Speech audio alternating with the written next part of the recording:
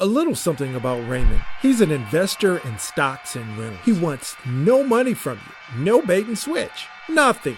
Here's what he's going to do. He's going to log into his personal account, share real estate property documents, and give you suggestions on what to read.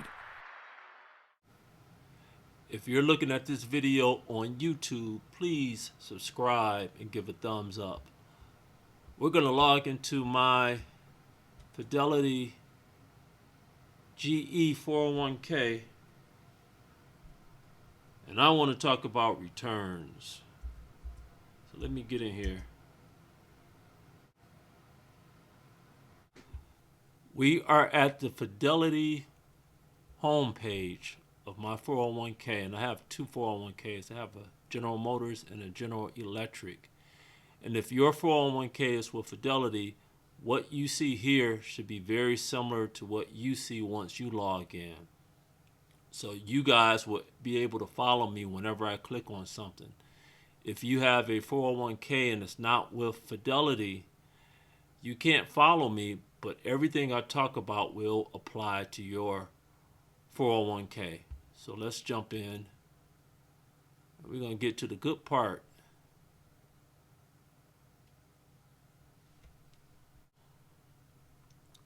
Let's make the text bigger so everybody can see it. No glasses necessary.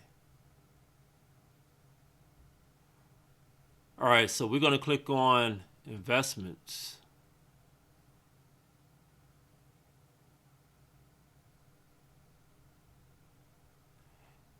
And let me just state this, that we're in my GE 401k, and the investments that you see will not be the same for your 401k unless you work or used to work at GE. So we got three tabs here, and the tab that we want to concentrate on is cumulative returns. So this is everything I'm invested in right up here at the top, but we're going to scroll down to where all of the investment choices are. And we have the same tab here. So we're going to click on this tab.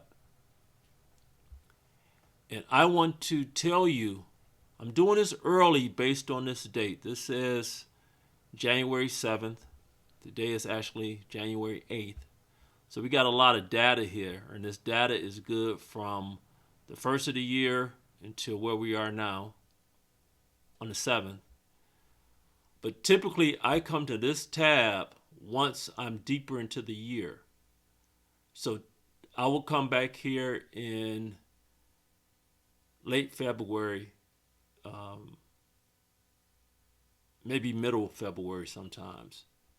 And the reason I don't do anything now with this tab is that there's not enough data for me to make a decision on if I would like to change any of my investments based on the rate of return that I'm getting. We're only 7 days into January. So if I wait until mid to late February, I have a month and a half to 2 months to look at my year to date and say, oh, there's a lot of other funds that are performing better than this one. So let me change my investments to try to do better for the year. So this is the only column that I pay attention to. But let me talk about these two columns here, and I'm going to tie them into the year-to-date column. This says MTD. This is month-to-date. And the month-to-date and the year-to-date, if you look at them, all the numbers are the same, all the way down. Doesn't matter what fund you look at. Let me tell you why. Month to date means the beginning of the month to where we are now. So that means give me the number and put it in all these boxes from January 1st to January 7th. So they're going to do that. That makes sense, month to date. Year to date, because we're only on the 7th, it's going to have the same number. Let me tell you when the numbers would differ. Let's say we were February 7th. Month to date would then mean from February 1st to February 7th, what's the rate of return for that month? And since we're not at the end of February, it can only do it to the number of days deep into the month. So my example will be February 7th. Year to date will stay at January 1st until February 7th. So then the numbers will change. So hopefully that's making sense. This third column says daily. This is just the daily rate of return. So if you come here, this should change tomorrow. Well, tomorrow's Saturday.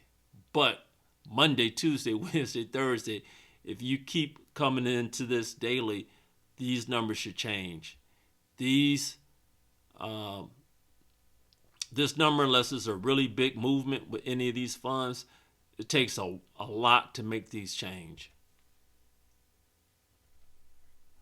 The other columns here, I don't look at all, so I'm not going to go into detail. I do talk about these in other videos.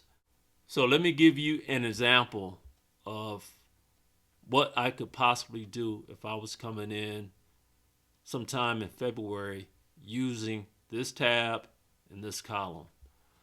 So right now I have a couple of investments that I'm currently in with the check mark.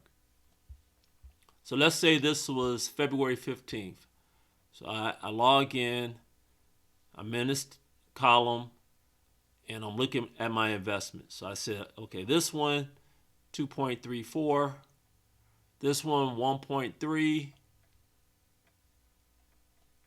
I got this one at 0.04%, so it's really not making any money. And I got this one that's negative.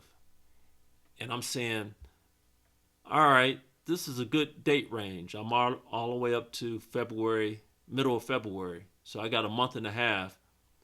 And I don't like this. So I would swap out of this one, this US tip index, because I'm negative. I will possibly swap out of this one, the short term, because I'm not making too much percentage profit. And then I could move it to maybe this one, US small cap index. If I believe that this number is going to stay this way or possibly grow, I will come and switch to here. Or I can switch to here, or I can add to some of the funds that I already have. It's your money, so you can do whatever you want to. Wherever you want to switch it, you can switch it. If you want to keep it where it is, you have that right. But this is when I come into this tab and look at this column when I'm deeper into the year. Now, throughout the year, I'm coming in and I'm looking at my 401k. And if I don't like the performance of something, I do the exact same thing. I'm coming here, I'm looking at my year to date, and I'm going to go ahead and make investment choices. I do want to warn you, with Fidelity, they limit the number of investment changes that you can make per year. I don't know what that number is, but I remember hitting it once. So I don't know if it's 15, and I don't know if it's 15 in a month or if they look at it as a year, but I hit that magic number.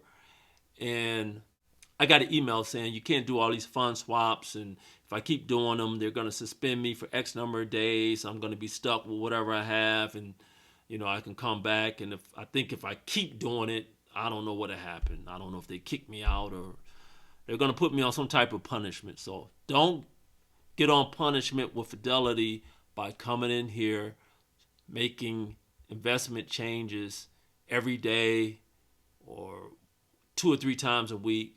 Your 401k isn't really set up to do that. If you really want to swap things around and go in and out of different investments, you need to get into a IRA. You can do 100 trades in one day and nobody will say one thing to you. So, important column right here, important date right here. Stocksandrentals.com. Peace.